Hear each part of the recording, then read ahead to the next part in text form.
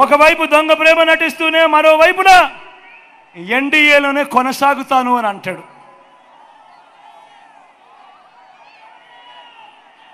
నేను అడుగుతా ఉన్నా, ఇంతకన్నా ఊసరివెల్లి రాజకీయాలు ఎక్కడైనా ఉంటాయా అని అడుగుతా ఉన్నా.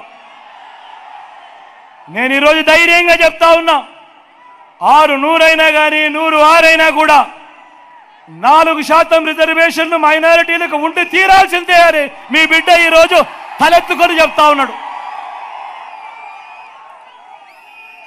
ఇది మీ జగన్ మాట, ఇది మీ వైఎస్ఆర్ బిడ్డ మాట. దీనికోసం ఎందాకైనా కూడా పోరాడుతా. మరి బాబు, మరి చంద్రబాబు ఇలా మోడీ సభలో చెప్పగలడా?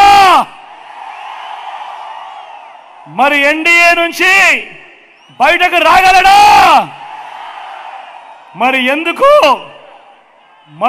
ఈ దొంగ ప్రేమ? ఒకవైపు ఎన్డీఏలోనే కొనసాగుతూ మరోవైపున వాళ్ళు 4% రిజర్వేషన్లకు వ్యతిరేకంగా ఉన్నా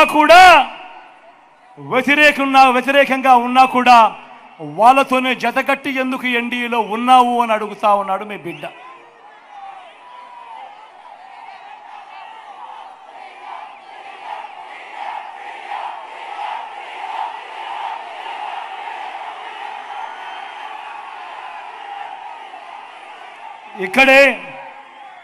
ఇక్కడే నేను కొన్ని విషయాలు రాష్ట్ర ప్రజలందరికీ కూడా చెప్పాల్సిన అవసరం ఉంది.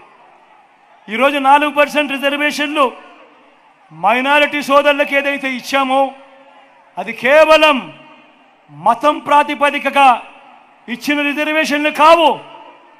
ముస్లింలలో కూడా ఉన్నత వర్గాలకు రిజర్వేషన్లు వర్తించడం లేదు, పఠాన్లకు వర్తించడం లేదు, సయ్యదులకు వర్తించడం లేదు, మొఘళ్ళకు కూడా వర్తించడం లేదు. ఇవి కేవలం వెనుకబాటు ప్రాతిపదికగా మాత్రమే ఇచ్చినవి. నేను ఇవాళ అడుగుతా ఉన్నా, ఇదే బీజేపీని అడుగుతా ఉన్నా, ఇదే వ్యతిరేకిస్తా ఉన్న వాళ్ళందరినీ కూడా అడుగుతా ఉన్నా. అన్ని మతాల్లో కూడా బీసీలు ఉన్నారు, ఓసీలు ఉన్నారు. ఒక్క ముస్లింలలోనే కాదు, అన్ని మతాల్లో కూడా బీసీలు ఉన్నారు, ఓసీలు ఉన్నారు. ఇవి రాజ్యాంగానికి లోబడి వెనుకబాటు ప్రాతిపదికగా ఇచ్చిన రిజర్వేషన్లు. మరి ఇలాంటి రిజర్వేషన్లు, ఇలాంటి వెనుకబాటుకు గురైన వారికి ఇచ్చిన రిజర్వేషన్ల మీద రాజకీయం చేస్తూ వారి జీవితాలతో చెలగాటమాడడం ధర్మమేనా? ఇది కరెక్టేనా అని ప్రతి ఒక్కరూ ఆలోచన చేయాలి.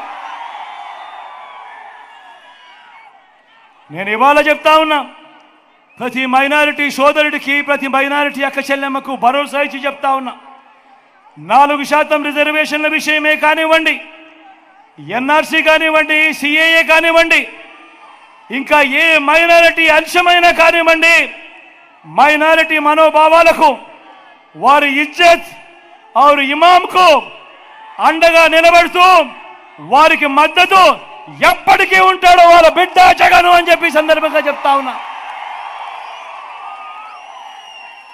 మైనారిటీల పట్ల ప్రేమ చూపుతూ ఒక్క డిబిటీ స్కీములే కాదు, ఇళ్ల నిర్మాణం, షాదీ తోఫా వంటివి మాత్రమే కాదు, ఉర్దూను 2 అధికార భాషగా ప్రకటించడం మొదలు 4 మైనారిటీలను ఎమ్మెల్సీగా, 4 మైనారిటీలను ఎమ్మెల్యేలుగా గెలిపించుకోవటమే కాకుండా 5 ఏళ్ళు నా మైనారిటీ సోదరుని ఒకరిని డిప్యూటీ సీఎం గాను, నా మైనారిటీ సోదరిని శాసనసభ మండలి వైస్ చైర్మన్ గాను, మైనారిటీ సప్లాన్ బిల్లును తేవడం మొదలు ఇలా ప్రతి సందర్భంలోనూ వారికి సముచిత స్థానం ఇచ్చి వారిని పక్కనే పెట్టుకున్న ప్రభుత్వంగా ఈరోజు గర్వంగా చెప్తా ఉన్నా.